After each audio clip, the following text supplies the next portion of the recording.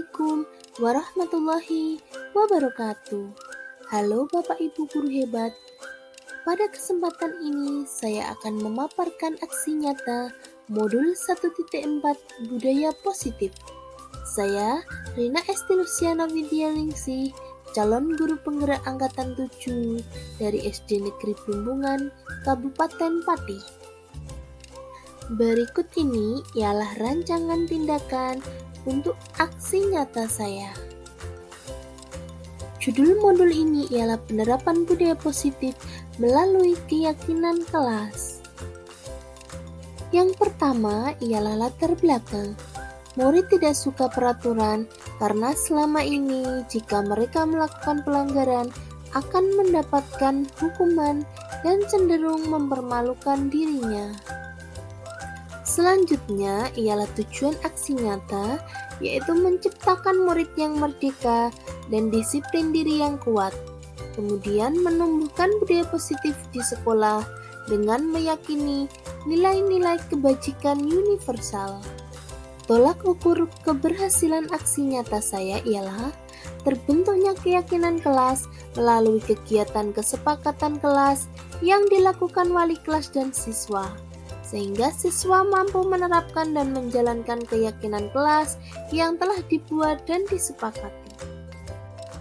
Selanjutnya, lini masa tindakan atau langkah-langkah tindakan yang akan dilakukan. 1. Menghadap kepala sekolah untuk meminta izin mendiseminasikan bersama rekan sejawat akan pentingnya penanaman budaya positif dan keyakinan kelas di sekolah. Kemudian, mengumpulkan rekan guru untuk melakukan diseminasi pemahaman budaya positif atau keyakinan kelas dan segitiga restitusi. Kemudian, membuat keyakinan kelas. Dan yang terakhir, melakukan refleksi dan mengevaluasi keyakinan kelas yang telah dibuat. Selanjutnya ialah dukungan yang dibutuhkan. Dukungan yang pertama ialah dukungan dari kepala sekolah, rekan guru, serta murid, agar apa yang telah disusun dan direncanakan dapat berjalan dengan lancar. Yang kedua, sarana dan prasarana untuk menumbuhkan budaya positif di sekolah. Kemudian, orang tua dalam melakukan budaya positif di rumah. Berikut ini merupakan kegiatan diseminasi di sekolah mengenai pemahaman dan pengalaman budaya positif. Assalamualaikum warahmatullahi wabarakatuh.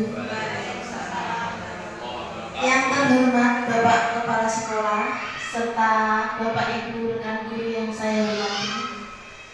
Pertama-tama marilah kita panjatkan puji syukur kehadirat Allah Subhanahu wa taala yang telah memberikan kita keselamatan dan kebahagiaan sehingga kita dapat berkumpul pada pagi hari ini. Pada pagi hari ini akan ada susunan acara yaitu pembukaan, inti, dan penutup. Pembukaan akan kita buka dengan bacaan basmalah bersama. Bismillahirrahmanirrahim.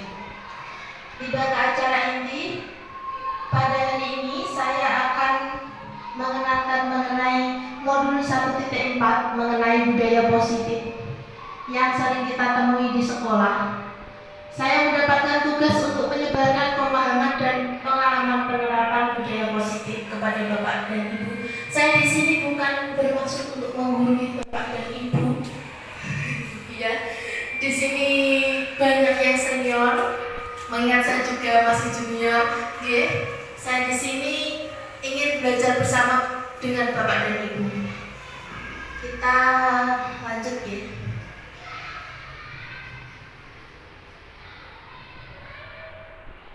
Selamat datang pada para guru hebat. Mari kita belajar bersama, berkolaborasi, saling mendukung demi mewujudkan disiplin positif di sekolah kita.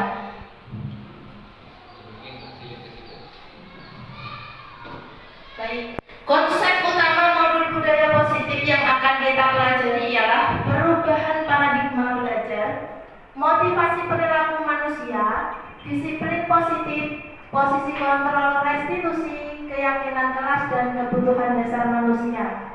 Kemudian yang terakhir adalah mengenai segitiga restitusi. Pembelajaran dengan paradigma baru.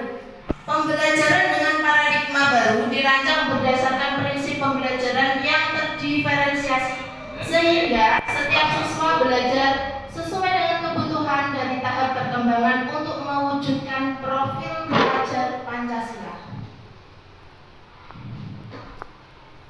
Baik, yang kita ketahui dan sering saya nyanyikan juga di kelas yang kadang ditegur oleh BMI ya. Ini profil belajar Pancasila: beriman bertakwa kepada Tuhan Yang Maha Esa dan berakhlak mulia. Mungkin yang guru kelas 1 dan guru kelas 4 sudah mengetahuinya.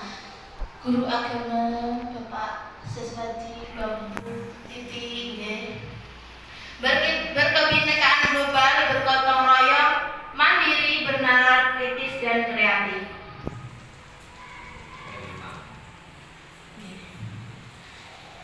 Disiplin positif dalam budaya kita, makna kata disiplin dimaknai menjadi sesuatu yang dilakukan seseorang pada orang lain untuk mendapatkan kepatuhan. Kita cenderung menghubungkan kata disiplin dengan ketidaknyamanan.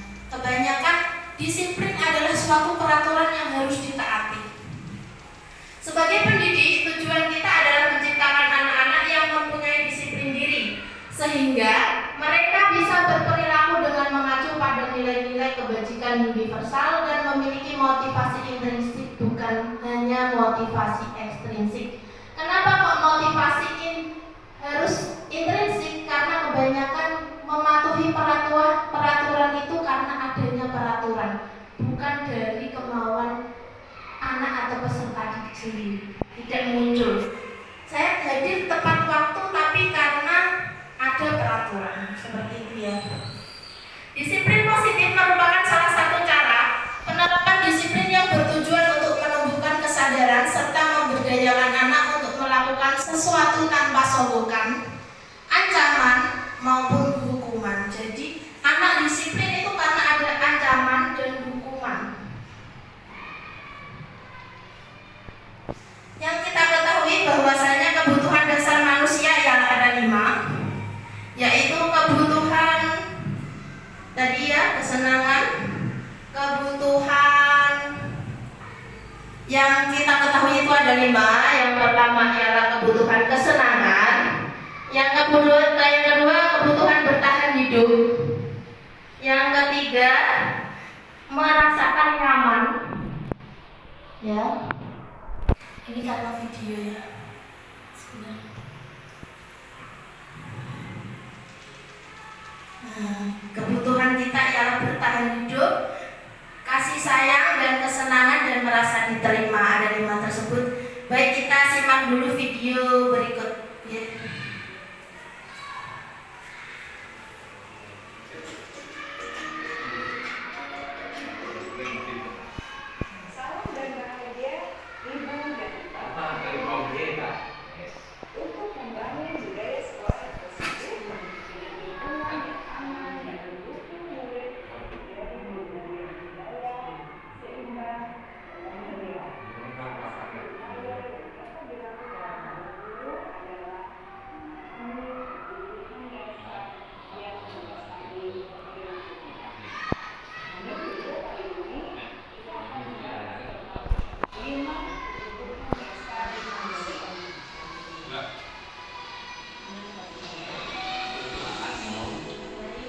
Kebutuhan dasar manusia yang akan dibahas ya.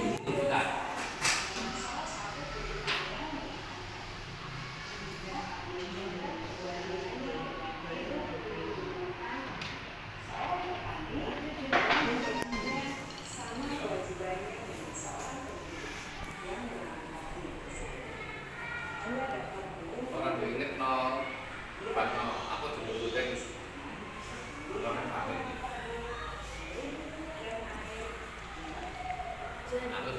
Jadi Bapak Ibu guru itu sebagai petani dan siswa kita itu sebagai padi maupun benih jagung yang ditanam. Benih jagung itu meskipun kondisinya itu tidak sesuai, meskipun bukan bibit yang unggul, Kalau kita sebagai petani bisa memberikan pupuk yang baik, nah, dengan perawatan maka benih jagung yang kualitasnya tidak unggul pun bisa menjadi benih jagung yang unggul. Pupuknya sedang. Mati kayak sepuluh. Itu juga.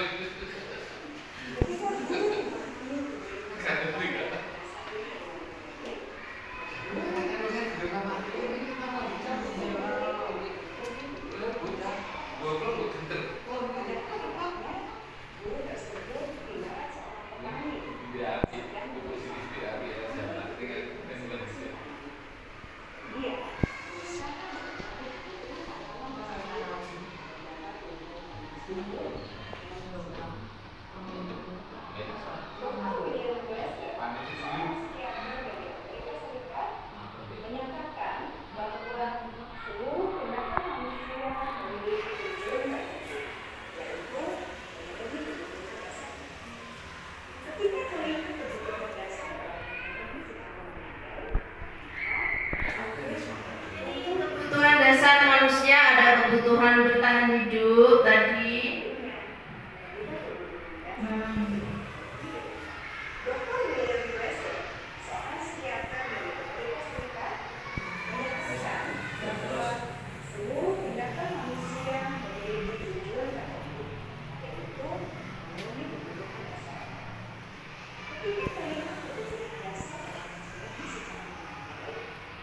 Ini ya kebutuhan dasar manusia, yaitu kebutuhan bertahan hidup. Dari temannya dia itu kebanyakan ada yang siswa yang dibully. Nah, itu perlu di. Yang kedua, merasa diterima, baik diterima oleh guru, diterima siswa lainnya. Kebebasan. Kebanyakan siswa itu jenuh di kelas karena merasa tertekan. Kemudian kesenangan dan penguasaan. Kalau siswa itu bisa, pasti senang dalam pembelajaran. Kita lanjutkan.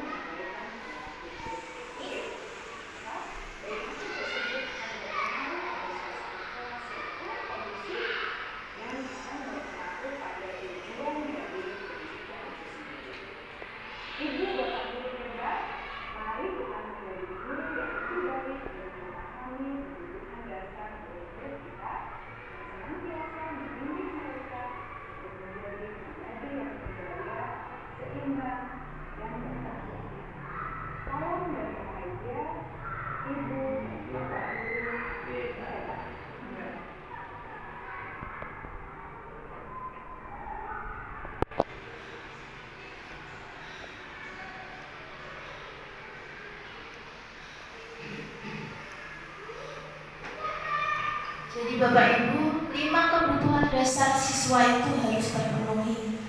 Apabila ada siswa yang memiliki perilaku yang tidak sesuai dengan harapan kita atau tidak sesuai dengan peraturan yang berlaku, berarti ada yang salah. Ada kebutuhan yang belum dipenuhi. Kebutuhan itu harus dipenuhi dengan cara apa?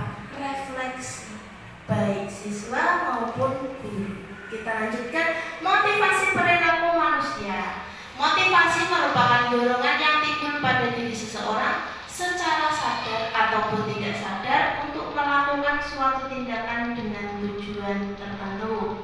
Yang pertama, untuk menghindari ketidaknyamanan dan hukuman. Murid melakukan disiplin diri karena ia takut dihukum. Ini merupakan motivasi eksplisit. Kebanyakan seperti itu. Murid tidak telat ke sekolah, murid tidak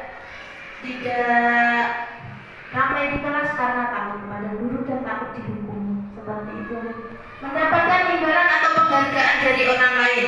Murid melakukan disiplin diri karena ia ingin mendapatkan imbalan. Ini merupakan motivasi eksplisit. Jadi ada siswa yang kalanya dia belajar dengan baik, ternyata ada iming-iming dari orang tuanya apabila mendapatkan nilai yang bagus akan mendapatkan imbalan. Sebenarnya itu tidak sesuai. Menghargai nilai-nilai kebajikan diri sendiri. Murid melakukan disiplin diri karena sadar akan nilai kebajikan dirinya.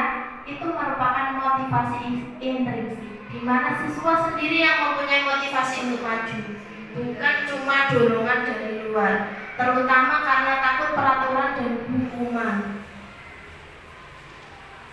Baik, hukuman itu bagi siswa yang pertama itu menyakitkan, akan terkenang sampai kapanpun, itu masih di benak anak. Yang kedua, siswa merasa tidak nyaman dengan guru tersebut. Mungkin kalau kita sebagai orang dewasa sudah lupa, tapi siswa akan selalu membekas. Yang ketiga, murid takut itu ada yang baik, ada yang buruk. Takutnya kalau ini disiplin itu ya baik, tapi tidak perlu takut seharusnya, ya. Yang keempat, memaksa. Nah, sifat memaksa ini. Yang kelima, murid menyembunyikan kesalahan karena takut murid akan menyembunyikan kesalahan. Berbeda apabila siswa itu dekat dengan gurunya, maka kesalahan apapun akan bilang dengan gurunya bahwa dia melakukan kesalahan dan apa yang harus diperbaiki. Yang keenam, murid menjadi rendah diri. Dia merasa, oh iya, saya ini nakal, aku nakal di sini. Yang pertama siswa itu tidak akan sesuai dengan aturan yang berlaku, dia malah lebih nakal lagi. Dan yang kedua, dia akan merasa rendah diri. Saya merasa tidak ada baiknya di guru tersebut berikutnya. Kemudian penghargaan juga bisa efektif, bisa tidak efektif. Yang kedua itu bisa merusak hubungan atau sifat iri. Siapa yang bisa mengerjakan ini nanti dapat hadiah dari guru, dari bapak guru. Nanti siswa yang lain akan merasa ini yang tidak mendapatkan hadiah. Yang ketiga, mematikan kreativitas. Aku siswa, gak bisa belajar. Yang kedua, yang siswa kurang dari rata-rata akan bilang seperti ini, aku tidak bisa, ya sudahlah. Seperti itu ya. Yang keempat, menghukum dengan sistem ranking. Maka dari itu dari Kurtilas pun tidak ada sistem ranking. Karena siswa yang rankingnya paling rendah akan merasa selalu berada di bawah dan tidak akan bisa bangkit lagi. Padahal kalau digali siswa tersebut juga punya potensi, entah potensi itu dalam bentuk seni, entah dalam bentuk seperti yang dibimbing oleh Pak Sis, istilahnya Hafiz, seperti itu mungkin ya. Ada juga yang mungkin ya dalam olahraga pun sudah baik sekali. Yang kelima, mewujudkan kepemimpinan murid. Nah, mewujudkan kepemimpinan murid ini sudah dilakukan oleh SD berhubungan dengan petugas upacara. Kalau bisa nanti kalau saat rapat-rapat itu ada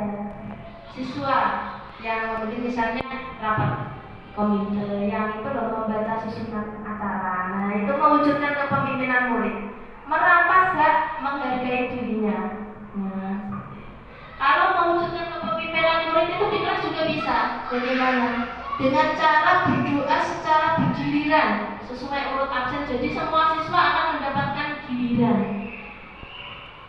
Konsep disiplin dengan identitas kelas yaitu menimbulkan konsekuensi. Penguatan jangka pendek perlu monitoring yang berkelanjutan, stimulus respon, murid menghormati peraturan, kehilangan waktu untuk merenungi kesalahan. Itu konsekuensinya. Sedangkan restitusinya, murid bertanggung jawab untuk perilakunya, fokus pada pemecahan masalah, murid menghormati dirinya dan orang lain, teori kontrol atau dirinya memegang kontrol, murid bersemangat memperbaiki kesalahan. Ini perbedaan antara konsekuensi dan restitusi.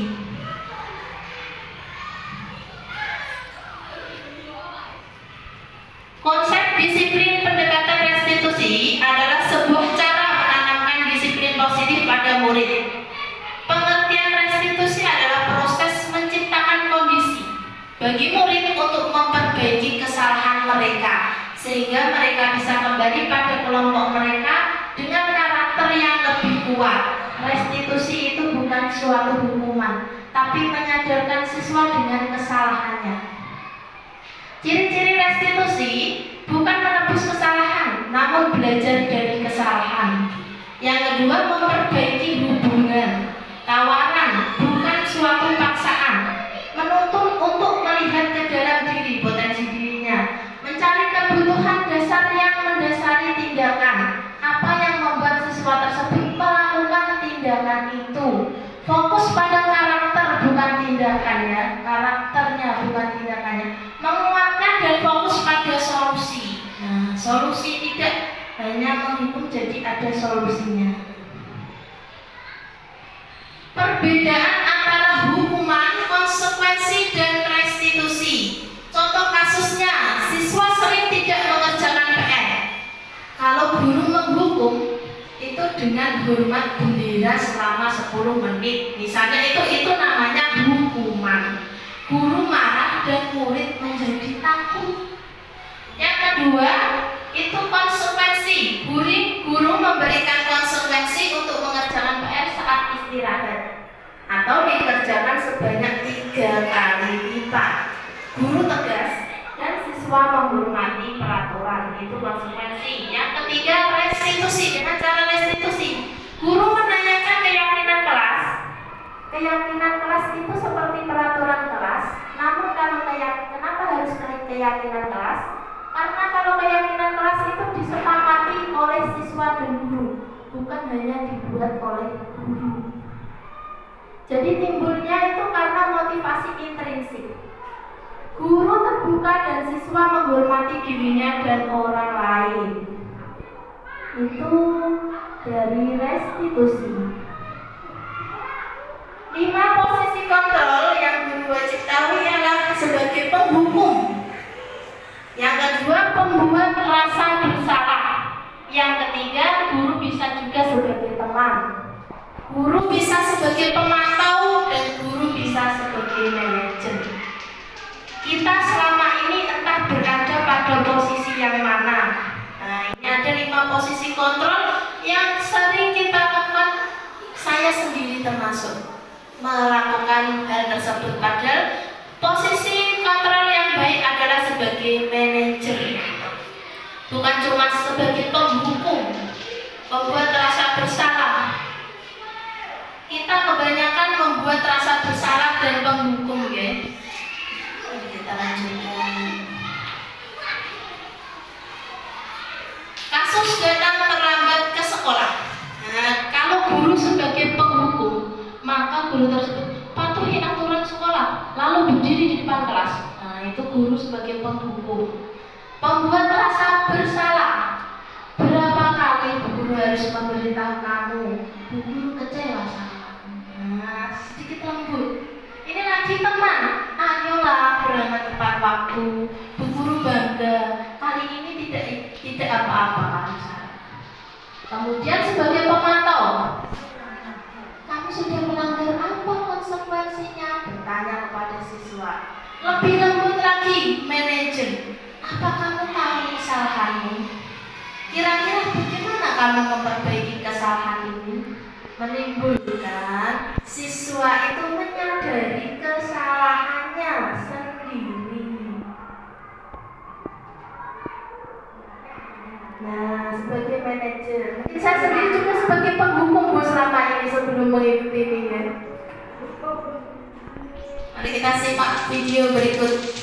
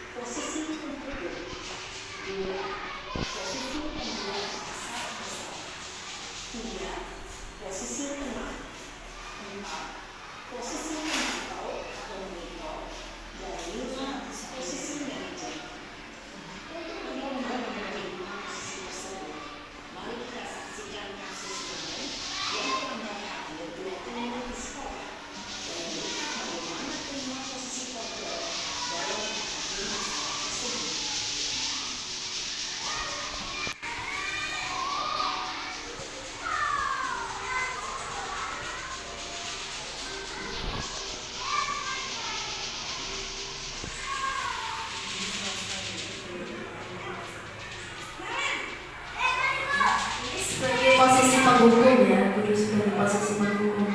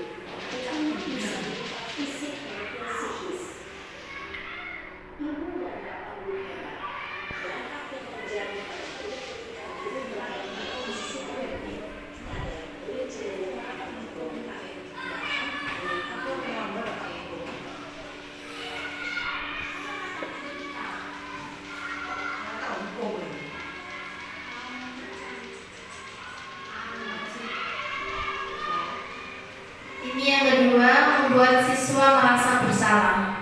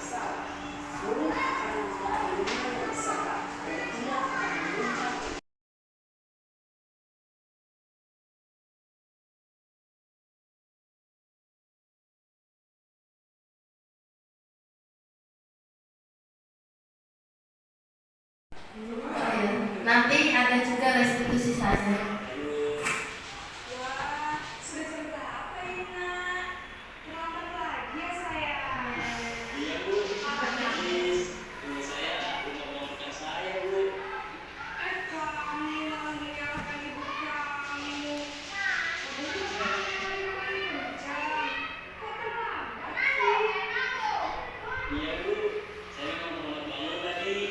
Jadi biar bisa kencang, tetap jangan kencang Bu. Ya sudah sana, nanti lain kali larinya lebih kencang lagi ya, biar gak terlambat lagi. Bikin seperti ibu kan, demi ibu. Bisa kan? Bisa Bu. Ya sudah sana masuk kelas, ibu beresin urusan absen kamu. Kamu ini ada-ada saja.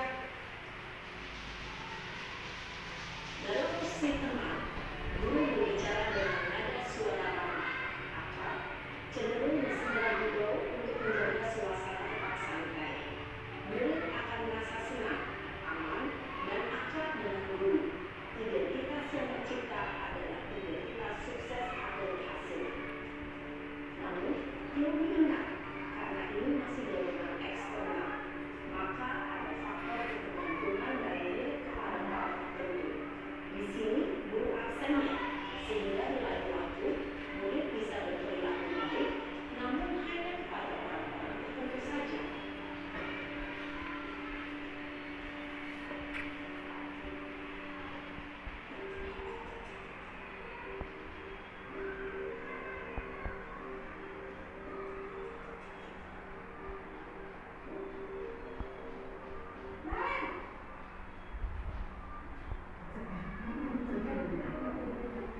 Bu, Nah, Ren, apa peraturan sekolah kita tentang jam berapa kita harus masuk sekolah, Nak? kita harus sekolah jam 7 Bu. Iya betul, sekarang sudah jam 7.20. Kalian sudah tahu konsekuensinya jika terlambat hadir. Pulang Bu, saya harus tinggal kelas pas jam istirahat selama 20 menit. Iya benar, konsekuensinya demikian. Jadi nanti jam 9.30 pas istirahat, kamu harus tinggal di kelas, kerjakan tugas tambahan untuk tetap tinggal di kelas, ya? Baik Bu.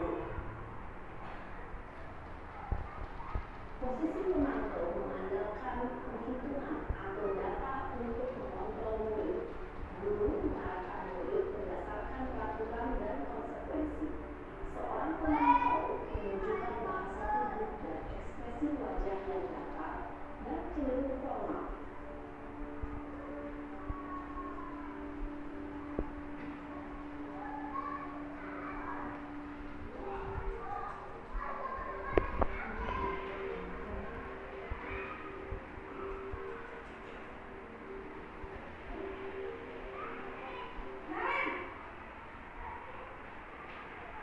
Selamat pagi Bu. Selamat pagi kalian. Maaf Bu, saya terlambat. Iya, sekolah masuknya jam 7, sekarang sudah jam 7.20. Jadi sekarang bagaimana ini kalian? Maaf Bu, saya lupa taruhan saya semalam. Baiklah, menurut kamu, keyakinan sekolah yang mana yang perlu meningkatkan? Menghargai diri sendiri dan orang lain mungkin Bu. Setuju. Jadi, apakah kalian meyakini prinsip saling menghormati tersebut? Iya Bu, saya meyakininya. Apakah kalian bersedia memperbaiki masalah keterlambatan ini? Bersedia Bu. Bagaimana kamu akan perbaiki masalah keterlambatan ini? Saya akan coba untuk tidak lupa menyetel alarm saya Bu. Baik, kalau kalian mau minta alarm di rumah, ada orang yang kira-kira bisa bantu mengingatkan tidak? Ada Bu, kakak saya, Kak Emma. Ada lagi selain KM? Selain Kak Emma, ada ibu saya. Baik, jadi yang mengingatkan kalian adalah Kak Emma dan ibu kalian.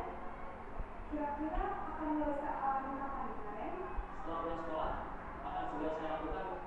Baik, jadi kalian akan setel alarm untuk bangun besok pagi dan akan diingatkan oleh kakak dan ibu dan kalian ya. Ada lagi yang mungkin perlu dilakukan kan? Agar tidak terlambat bangun lagi. Tidak ada Bu. Baik, ya. Terima kasih untuk bersama kamu. Sekarang kamu perlu kembali ke kelas untuk belajar. Baik Bu, terima kasih. Posisi manajer adalah posisi kontrol yang disarankan untuk membimbing murid memiliki sikap disiplin yang positif, yaitu murid yang mandiri, bertanggung jawab, dan dapat memecahkan masalah. Tujuan dari posisi ini adalah agar murid dapat berefleksi atas tindakannya. Guru akan dengan terus memberikan pertanyaan-pertanyaan bermakna, sehingga murid dapat belajar dari kesalahannya dan mencari sebuah solusi untuk menyelesaikannya. Ibu dan bapak guru hebat, setelah mengamati adegan kelima posisi kontrol tadi, kira-kira posisi mana yang paling ideal? Posisi mana yang dapat menunjang motivasi intrinsik murid? Ya, tentu posisi manajer. Posisi ini memang posisi ideal yang perlu dituju setiap murid. Pada posisi inilah, guru dapat menerapkan disiplin positif yang berpihak pada murid, yang memerdekakan murid. Perjalanan seorang pendidik tentunya tidak mudah sampai pada posisi tujuan kita pasti, yaitu menciptakan murid-murid yang Semoga penggambaran 5 posisi kontrol yang telah diperlihatkan ini dapat menjadi ajang refleksi bagi kita semua, agar dapat terus mengasah dan menerapkan disiplin positif yang memerdekakan murid. Mari terus berlatih dan bersemangat. Selamat menerapkan. Salam dan bahagia, Ibu dan Bapak Guru hebat.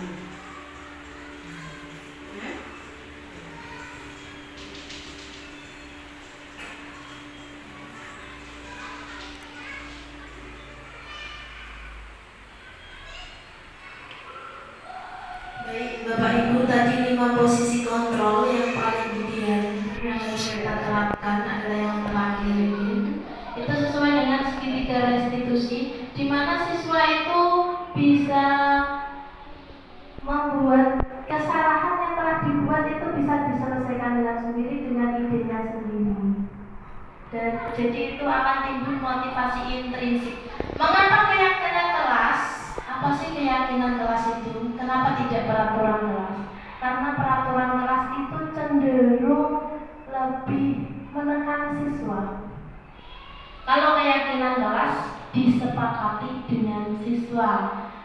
Mengapa kita memiliki peraturan tentang penggunaan helm pada saat mengendarai motor? Itu jelas peraturan ya, karena keselamatan. Tapi kebanyakan ada yang tidak memakai karena itu cuma peraturan. Nah, itu mengapa siswa tidak mematuhi peraturan? Mengapa kita memiliki peraturan tentang penggunaan masker dan mencuci tangan setiap saat COVID kemarin? Adalah untuk keselamatan semata-mata, hanya itu. Namun itu hanya pemikiran dari sebagian, bukan menyeluruh, sehingga tidak timbul dari motivasi intrinsik siswa. Nilai-nilai keselamatan atau kesehatan inilah yang kita sebut sebagai suatu keyakinan, yaitu nilai-nilai kebajikan universal yang disepakati secara tersirat dan tersurat, lepas dari latar belakang suku, negara, bahasa maupun agama. Keyakinan seseorang akan lebih memotivasi seseorang itu dari dalam. Seseorang akan lebih tergerak dan bersemangat untuk menjalankan keyakinannya daripada hanya sekedar mengikuti serangkaian peraturan tertulis tanpa makna. Murid-murid pun demikian, mereka perlu mendengarkan dan memahami arti sesungguhnya tentang peraturan-peraturan yang diberikan. Apa nilai kebajikan di balik peraturan tersebut? Ataukah sehingga hanya sekadar mengikuti serangkaian peraturan saja? Kebanyakan seperti itu ya, siswa hanya takut karena adanya peraturan. Nah, ini adalah perumusan keyakinan kelas 5, yaitu pertama berdiskusi tentang peraturan dan keyakinan kelas. Perbedaannya itu apa? Tentang peraturan dan keyakinan kelas. Kalau keyakinan kelas sifatnya tidak memaksa karena tidak timbul dari satu orang, yaitu guru. Kalau keyakinan kelas disepakati bersama. Kamu yang sudah menyepakati, berarti kami juga yang harus mematuhi. Yang menyepakati, yang memberikan ide dari siswa. Mana mungkin siswa memberikan ide lalu, kamu kok tidak mengikuti keyakinan kelas yang sudah kamu buat sendiri? Seperti itu ya. Kalau peraturan mungkin, nggak tahu saya, orang saya di sini sudah ada peraturan seperti itu. Kalau keyakinan kelas, kamu yang sudah membuat keyakinan kelas ini sendiri, kenapa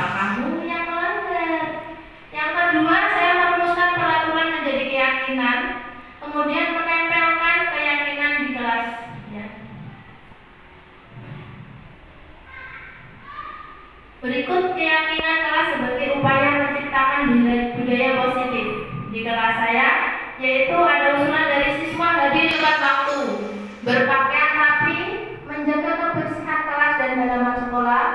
Kita mengatakan tolong dan terima kasih, saling menghargai dan menghormati, mengumpulkan tugas tepat waktu, aktif dalam proses pembelajaran.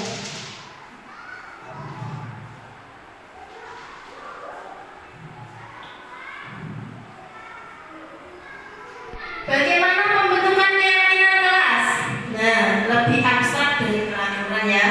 Yang kedua, berupa pernyataan yang universal, dibuat dalam bentuk positif, sedikit saja agar mudah diingat, sesuai dengan kondisi kelas dan sekolah agar mudah diterapkan.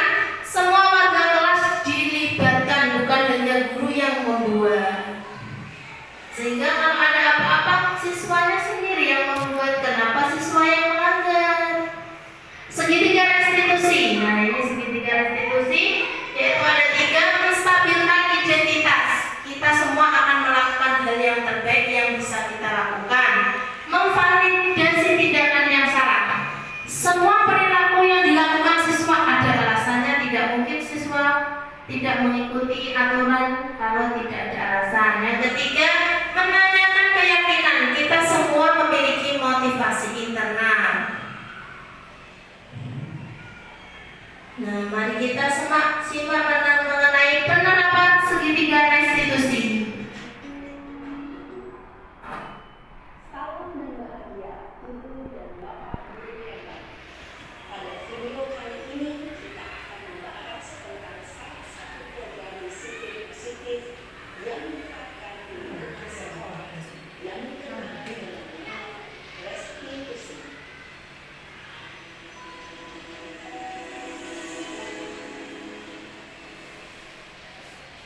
Restitusi dikembangkan oleh pakar pendidikan mediasi berdasarkan pada teori kontrol Indonesia.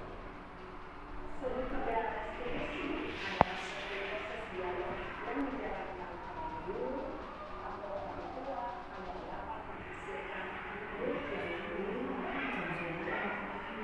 Pada saat guru berposisi manajer, aspek yang digunakan pada murid adalah motivasi inklusi, sehingga penanaman nilai-nilai kebajikan dapat tumbuh dan berkembang menjadi suatu kebiasaan positif yang akhirnya membentuk karakter diri. Proses dialog ini terdiri dari 3 langkah yang digambarkan pada 3 sisi pada segitiga restitusi. Sisi pertama adalah menstabilkan identitas. Sisi yang kedua adalah validasi tindakan yang salah.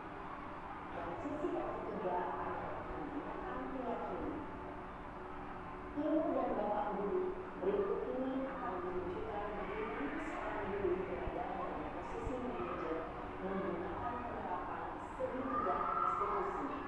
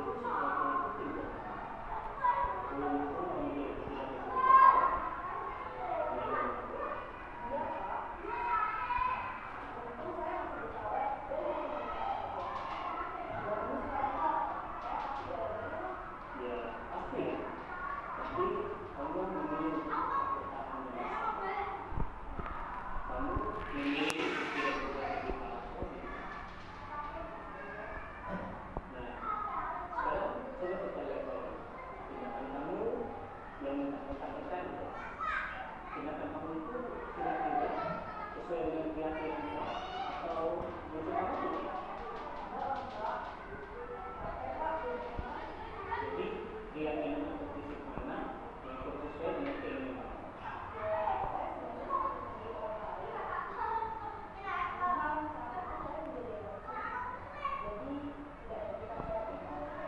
Kamu meyakini tidak? Mengajarkan itu penting dong. Iya, namun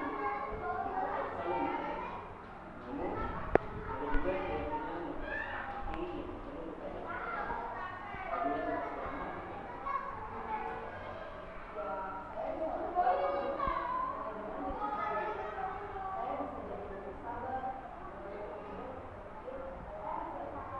kira-kira kamu bersedia memperbaiki masalah ini tidak?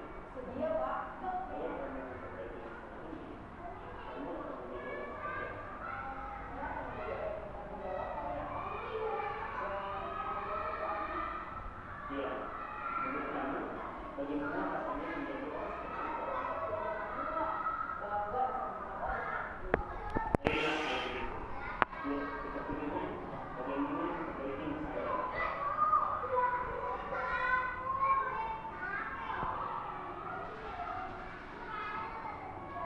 Ibu terima dunia. Baru saja kita menyaksikan contoh bagaimana seorang guru berada dalam posisi manajer menggunakan sebuah pilihan konstitusi. Mari kita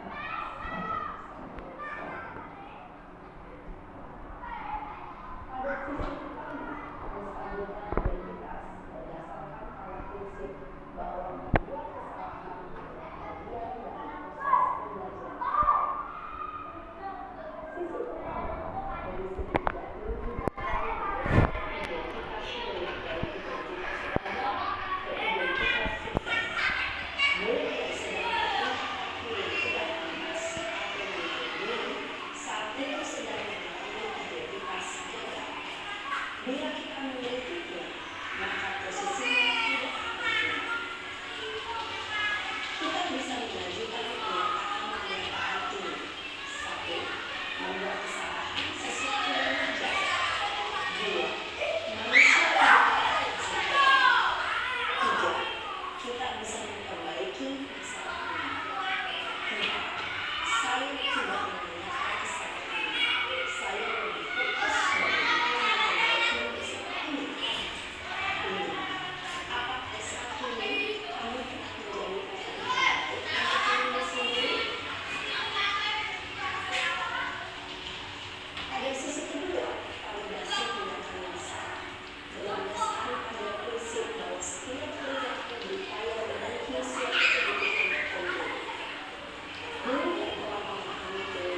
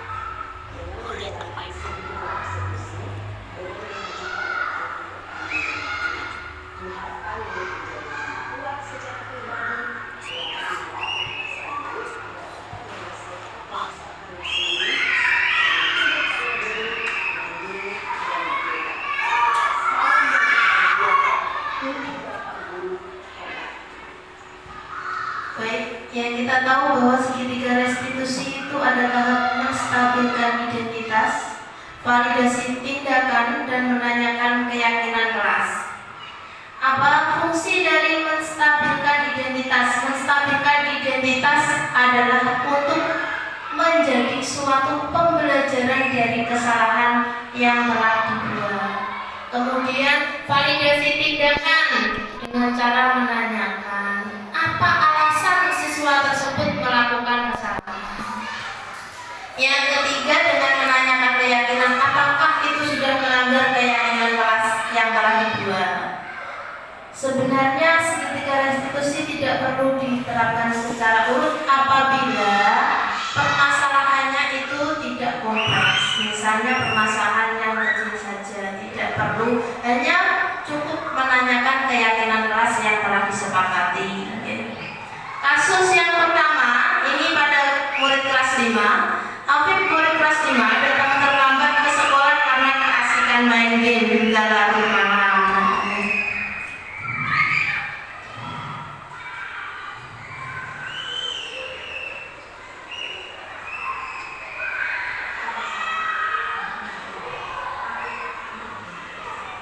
Ini terlambat, Mas Afif datang terlambat.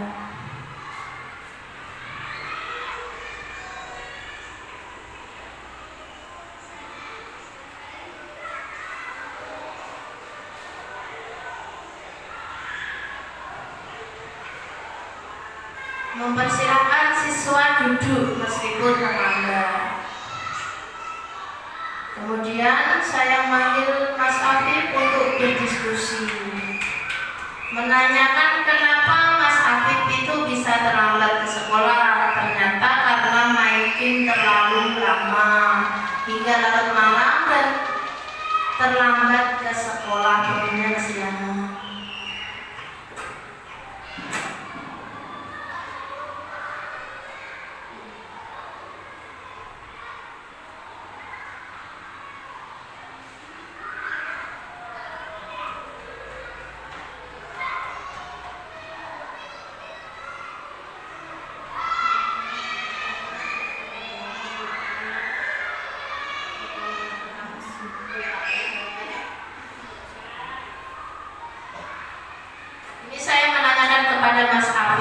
Apa kesalahan yang telah dilakukan dengan menstabilkan identitas tadi? Mas Afif bilang bahwasanya dia terlambat ke sekolah. Nah, kemudian saya validasi tindakan yang salah. Kenapa kok melakukan hal tersebut? Pasti punya alasan, karena main game terlalu larut malam. Kemudian saya tanyakan keyakinan kelas yang sudah kita sepakati. Apa yang keyakinan kelas yang sudah kita sepakati? Pada awal semester hadir tepat waktu. Nah, lalu bagaimana kamu bisa memperbaiki kesalahan itu? Dengan cara menyetel alarm dan bangun lebih pagi, main game boleh tapi tidak sampai larut malam, seperti itu. Kemudian Mas Afif akan berjanji, saya tanyakan tadi sudah, saya tanyakan keyakinan sudah mencapai solusi. Mas Afif akan melakukannya kapan? Mulai besok pagi, seperti itu. Kemudian kasus yang kedua dengan segitiga restitusi, yaitu pada saat jam pembelajaran siswa mengerjakan tugas, namun ada satu siswa yang bernama Tina tertunduk. Saya pikir sakit, lalu saya menghampirinya, ternyata Tina sedang makan di dalam kelas. Saya tanyakan kepada Tina, kenapa kamu tertunduk, Tina? Kamu sedang mengerjakan? Saya makan, Bu. Nah, kenapa kau makan? Tadi pagi tidak sarapan. Tidak, Bu. Ya sudah, dimasukkan makanannya, melanjutkan mengerjakan. Kemudian saat istirahat saya panggil Tina. Saya menstabilkan identitas dengan kesalahan Tina tadi dengan menanyakan apa yang sudah kamu lakukan tadi di kelas. Tina makan di kelas, Bu, saat jam pembelajaran. Kemudian saya validasi tindakan yang salah. Lah, kenapa kamu kok makan di kelas? Apa alasannya? Saya menanyakan alasannya. Ternyata Tina tadi pagi tidak sarapan. Tidak sarapannya karena terburu-buru, karena menonton televisi terlebih dahulu, sehingga dia makannya di sekolah karena menonton televisi. Kemudian saya saya tanyakan bagaimana penyelesaiannya, apa keyakinan kelas yang sudah kita sepakati, menghormati diri sendiri dan orang lain. Apakah kamu sudah menghormati Tina? Kalau kamu itu makan di kelas tidak, seperti itu. Kemudian saya tanyakan setelah menanyakan keyakinan kelas, bagaimana solusinya Tina kalau seperti ini? Nah, Tina menjawab, kalau seperti ini saya tidak akan makan di kelas dan bangun lebih awal kemudian saya tidak akan menonton televisi namun langsung makan dan ke sekolah. Kemudian ke kasus yang ketiga, ini mungkin suaranya tidak terlalu itu ya, nanti bisa ada di YouTube saya kalau mungkin Bapak Ibu berkenan ada di YouTube saya ya. Ini yang ketiga, kasusnya Mas Raka. Mas Raka itu di kelas tapi tidak mengerjakan tugas. Saat saya suruh mengumpulkan tugas atau PR-nya ternyata tidak mengumpulkan dan mengerjakan sendiri, padahal teman-temannya itu sudah mengumpulkan. Mas Raka tidak mengumpulkan. Validasi tindakan yang salahnya, saya panggil Mas Raka ke ruang tersendiri, kemudian saya tanya kepada Mas Raka, apa kesalahan yang sudah kamu lakukan, Mas Raka? Iya Bu, saya salah karena saya sudah tidak mengerjakan PR. Nah, kemudian saya validasi tindakannya, apa alasan kamu Mas Raka tidak mengerjakan PR? Ternyata Mas Raka bilang tidak mengerjakan PR karena kemarin pergi dan sampai larut malam belum pulang, kemudian tertidur kecapean. Kemudian saya tanyakan keyakinan kelas apa yang sudah kamu langgar, Mas Raka? Iya Bu, saya sudah melanggar keyakinan kelas, tidak mengumpulkan tugas tepat waktu. Saya tanyakan lagi, bagaimana Mas Raka kalau seperti itu? Besok sebelum pergi akan saya kerjakan dulu tugasnya Bu. Baik, seperti itu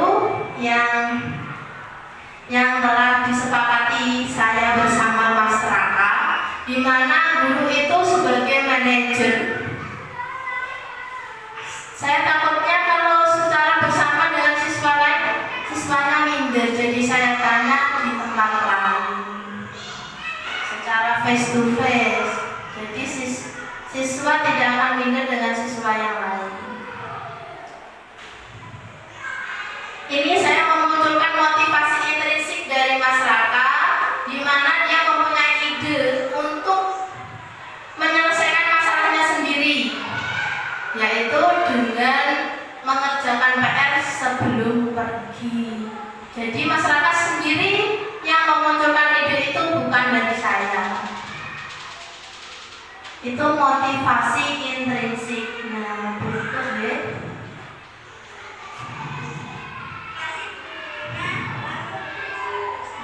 Ini pendapat dari siswa.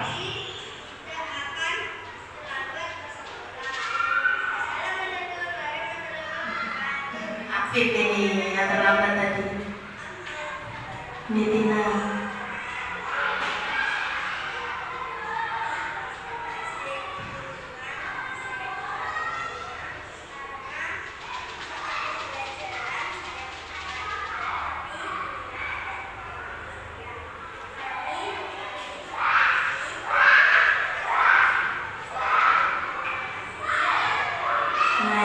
Solusi bersama dalam penerapan proses disiplin positif. Hendaknya kita itu selalu sadar ya bahwasanya semua itu diperlukan. Nah, dalam penerapan program disiplin positif hendaknya guru memiliki standar kepribadian profesional dan sosial yang baik, di mana guru mampu berefleksi. Kuncinya satu, cuma refleksi ya pada posisi kontrolnya. Bagaimana perjalanan dirinya sebagai seorang among, di mana guru itu sebagai seorang among, sebagai posisinya manajer yang menuntun murid-murid menjadi insan yang mandiri, merdeka dan bertanggung jawab.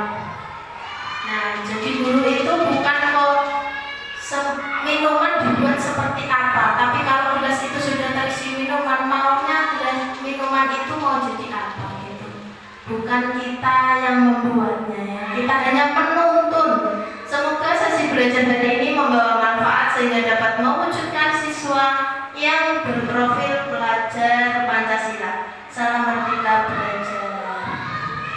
Berikut acara diseminasi pada pagi hari ini. Silahkan Bapak Ibu Guru yang akan memberikan baik pertanyaan maupun tanggapan. Terima kasih. Ada, silakan berikan ya.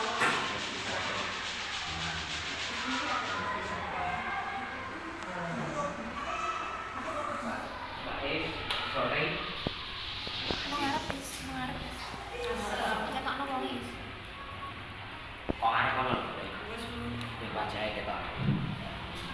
Assalamualaikum warahmatullahi wabarakatuh. Waalaikumsalam warahmatullahi wabarakatuh. Saya Soleka, guru kelas 1. Terima kasih kepada Bu Rina yang sudah menyampaikan bahwa refat atau penghargaan ternyata juga memberi konsekuensi sehingga menjadi pengetahuan baru bagi kami, khususnya saya, sehingga dapat saya terapkan nanti pada waktu pembelajaran. Terima kasih. Wassalamualaikum warahmatullahi wabarakatuh.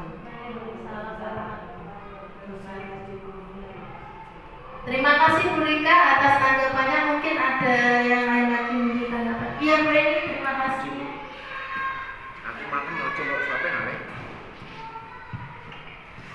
Assalamualaikum warahmatullahi wabarakatuh.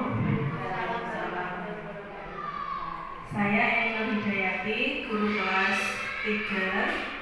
Ya, pertama-tama terima kasih kepada Bu Rina sudah memaparkan tentang 5 posisi kontrol, di mana setelah saya ingat-ingat, saya telisik kembali, ternyata selama ini kita banyak menggunakan posisi sebagai penghukum dan membuat rasa bersalah. Nah, dengan ilmu baru ini, semoga kedepannya kami sebagai pendidik dapat menerapkan posisi kontrol sebagai manajer dan dapat diterapkan berkelanjutan ke depannya. Demikian yang dapat saya sampaikan. Wassalamualaikum warahmatullahi wabarakatuh.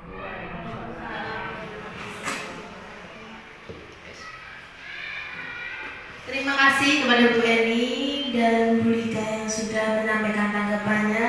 Berikut sesi diseminasi dari saya. Kemudian kita akan ke acara penutup, di mana acara ini akan saya tutup dengan bacaan hamdalah bersama Alhamdulillahirabbil alamin. Apabila ada kesalahan atau salah-salah kata yang sudah saya sampaikan pada acara diseminasi pada pagi hari ini, saya mohon maaf yang sebesar-besarnya. Wabillahi taufiq wal hidayah. Wassalamualaikum warahmatullahi wabarakatuh.